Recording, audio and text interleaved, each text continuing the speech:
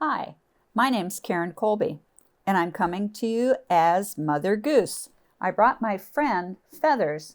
Feathers is a goose, and she likes to hear stories read to her.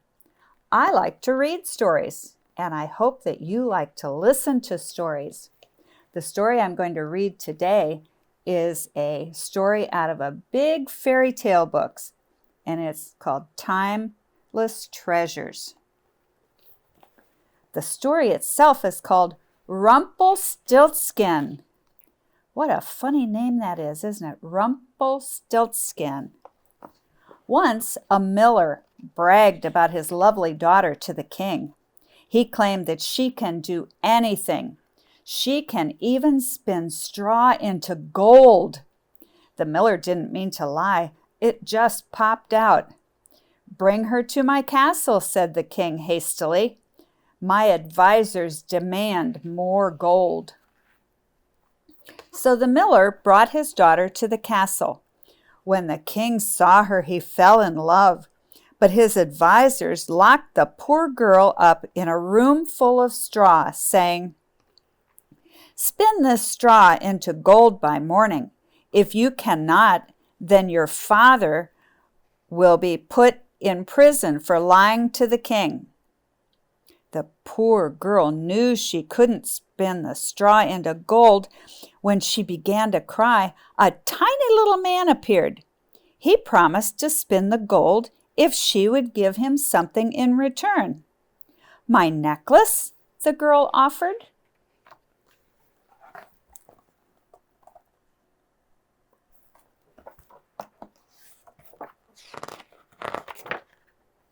The little man agreed, and in no time he had spun all the straw into gold.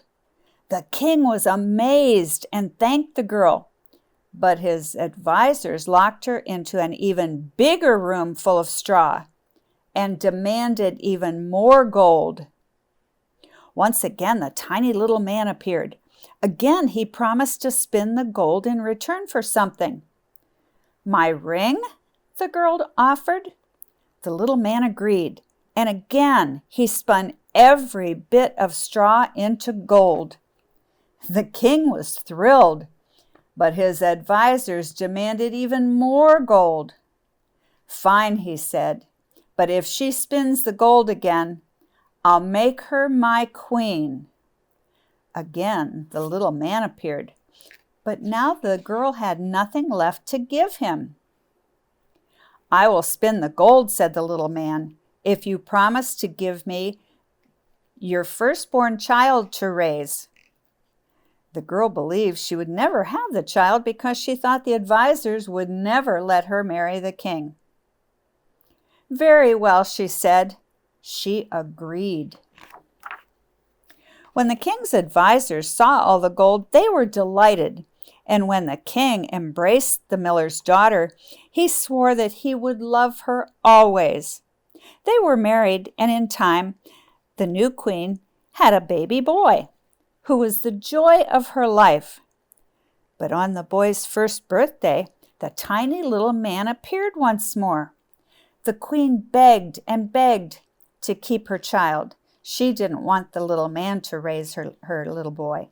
The little man finally agreed to release her from her promise only if she could guess his name in 3 days' time.